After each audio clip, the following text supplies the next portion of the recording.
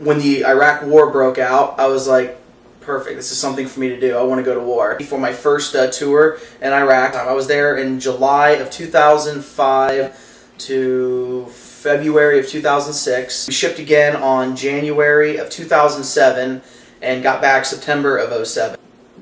That was probably the roughest tour I've ever had. My platoon and I, when we were out operating, we got hit by a suicide bomber. Had to medevac half of our platoon. This is the top of the roof when we were in that firefight before we got hit with it. This is what's left of the vehicle that hit us from that suicide bomber.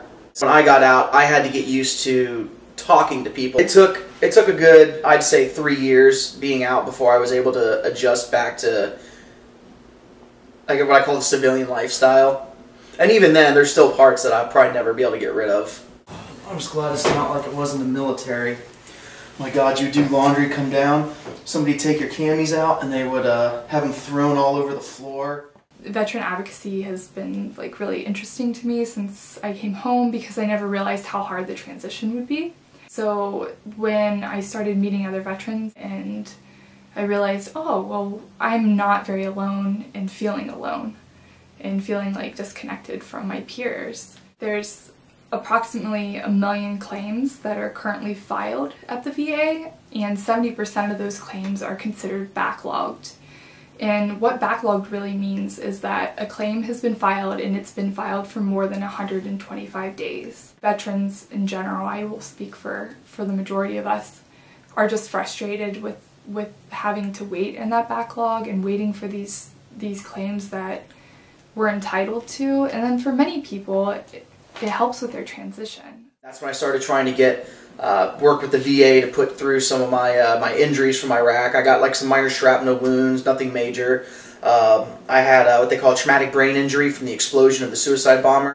What else? There was some a tinnitus, hearing loss, some other of those kind of issues. Some post-traumatic stress disorder ones just from all the firefights and all the craziness. I go to the one over on James Road. It was the Chalmers P. Wiley Medical Center. I've sat there before for 3 or 4 hours before they finally see you. They're not really good at letting you know how to go about doing the process. Basically, I started off. I went to one of the VA reps and was like, "Hey, here's my." I was like, here's my claim, like here's what I'm filing for. The VA kept sending stuff back saying, well, insufficient evidence, or sorry, you've waited too long, you're going to have to refile your claim. I'd refile it, get another thing back saying, well, sorry, you still insufficient evidence. We don't see any evidence showing that you have. When doctors said, yes, you do have traumatic, when the VA doctors themselves said, you do have traumatic brain injury, you do have tinnitus, you do have this, you do have that. But they kept saying, well, sorry, the doctor's evidence, them just saying it isn't enough to say that you have it. We don't feel that you do. And it's been a never-ending battle with them.